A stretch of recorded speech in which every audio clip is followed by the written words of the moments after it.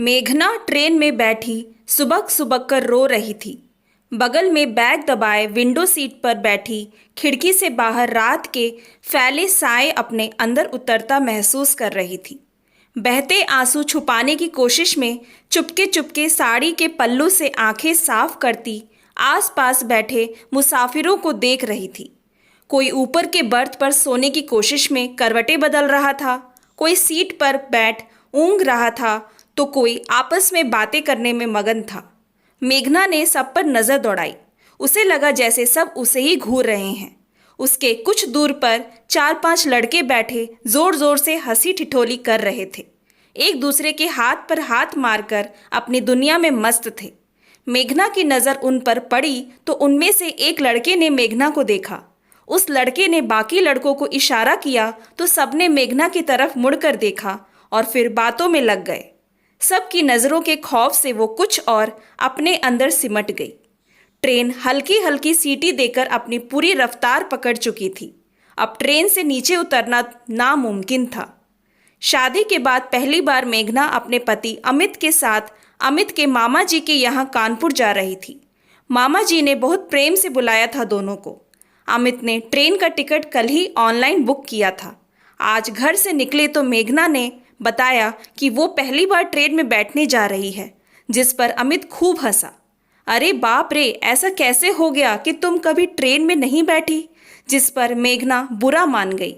तो इसमें हंसने वाली क्या बात है? मैं वाकई नहीं बैठी ट्रेन में। अच्छा बाबा ठीक है, नाराज क्यों होती हो? आज बैठ जाना, अमित ने मुस्कुराते हुए अपनी नई नवेली बीवी को मनाया। स्टेशन पहुंचकर दोनों अपनी बुकिंग सीट्स पर बैठ गए और बातें करने लगे। तभी मेघना बोली, अमित फलों वाला रैपर तो मैं घर पर ही भूल गई। अरे यार, ध्यान कहाँ था तुम्हारा? अमित कुछ गुस्से में बोला। आई एम सॉरी अमित, मेघना रुआसी सी कर बोली। चलो कोई नहीं, मैं देखता हूँ यहाँ आसपास कुछ मिल जाए तो। ऐसे खाली हाथ जाना अच्छा नहीं लगता। इतना कहकर अमित उठने लगा। मैं भी चलती हूँ आपके साथ, मेघना बोली। नहीं यार, तुम यहीं बैठो, मैं 2 मिनट में आया। अमित के कहने पर मेघना बैठी रही, पर उसे अकेले बैठने में डर लग रहा था और उसका डर सच बन गया। अमित को गए 15 मिनट से ऊपर हो गए थे। तभी ट्रेन ने सीटी दे दी। सीटी के साथ हल्के हल्के चलने लगी तो मेघना की नज़रें खिड़की से बाहर अमित को खोजने लगी। मेघना ने फौरन अपने बैग से मोबाइल निकाला कि अमित को फ़ोन कर सके, पर उसकी बैटरी डेड थी। अमित के 2 साल के भतीजे ने गेम खेलकर बैटरी ख़त्म कर दी थी। मेघना ने देखा और सोचा था मामा जी के घर जाकर चार्ज कर लूँगी। अभी तो कोई ज़रूरत नहीं मोबाइल की, पर मोबाइल की कभी भी ज़रूरत पड़ सकती है, उसे अब एहसास हुआ। मोबाइल की बैटरी डेड देखकर मेघना और डर गई। भागकर ट्रेन के दरवाजे तक पहुंची, पर ट्रेन ने धीरे धीरे रफ्तार पकड़नी शुरू कर दी थी, जिस कारण उसकी नीचे उतरने की हिम्मत नहीं हुई। ट्रेन में पहली बार सफ़र करने के कारण घबराहट में उसे चैन खींचने की भी ख्याल नहीं आया। बेचैन होती रोती अपनी सीट पर आकर बैठ गई। यूं अनजान अजनबियों पर भरोसा भी नहीं कर सकती थी, इसीलिए चुप बैठे सिसकती रही और ट्रेन शाम ढलते रात के साए में जा घुसी। 4 घंटे के सफ़र के बाद कानपुर आ गया था। ट्रेन अपने मुसाफिरों को रात के काले साए में अकेला छोड़ बाकी मुसाफिरों को उनकी मंजिल पर पहुंचाने निकल चुकी थी। मेघना भी अपना बैग उठाए स्टेशन पर खड़ी थी। अब उसे कुछ समझ नहीं आ रहा था कि क्या करे। अचानक ख्याल आया उसके बैग में मामा जी के घर का एड्रेस पड़ा है।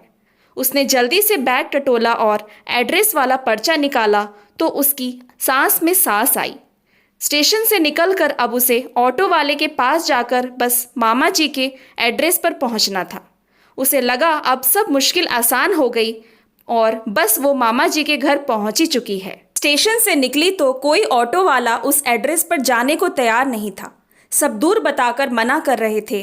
अरे मैडम, इतनी रात को हम नहीं जाएंगे इतनी दूर, आप कोई और ऑटो देख लो। ऑटो वाला ऐसा कहकर दूसरी सवारी बैठाकर चला गया।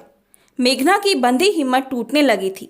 गहरी होती रात, अकेली लड़की और अनजान शहर। इधर उधर ऑटो को देखती परेशान हो रही थी। तभी उसकी नज़र सामने से आते उन्हीं 4-5 लड़कों पर पड़ी जो बार बार उसे ट्रेन में देख रहे थे। मेघना की रही सही हिम्मत भी टूटने लगी। उन्हें सामने से आता देख एक पल में मेघना की आंखों में निर्भया दामिनी जैसी खबरें चलने लगी जो अक्सर वो न्यूज़ पर देखती रहती थी। घबराहट में उसके हाथ से बैग छूट गया और उसने भागना शुरू कर दिया। अब तो आसपास कोई ऑटो या रिक्शा भी नहीं दिख रहा था।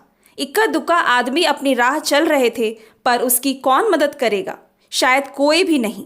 सब तमाशा देखते रहेंगे और कल वो भी किसी न्यूज़ चैनल पर दिखाई जा रही होगी। ऐसी ही है दुनिया, कोई किसी की मदद को नहीं आता, पर तमाशा सब देखते हैं। मेघना को भागता देख वो लड़के भी उसके पीछे भागे। रुको मैडम रुको, उन लड़कों में से एक ने आवाज़ लगाई।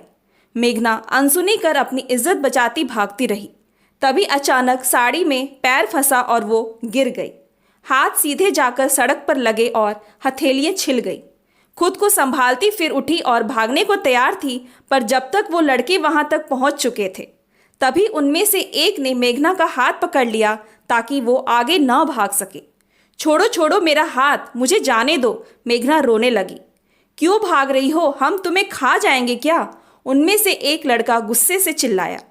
तुम्हारा ये पैसों का पर्स गिर गया था ट्रेन में, वो देना था तुम्हें। तुम ट्रेन में बैठी रो रही थी तो हमें लगा मुसीबत में हो शायद, दूसरे लड़के ने कहा। मेघना ने छोटा सा पैसों का पर्स ले लिया। घबराहट में मोबाइल निकलते वक्त शायद वहां गिर गया था। हर लड़का बुरा नहीं होता, मैंने टीवी से सीखा है। अकेली लड़की मौका नहीं, जिम्मेदारी होती है।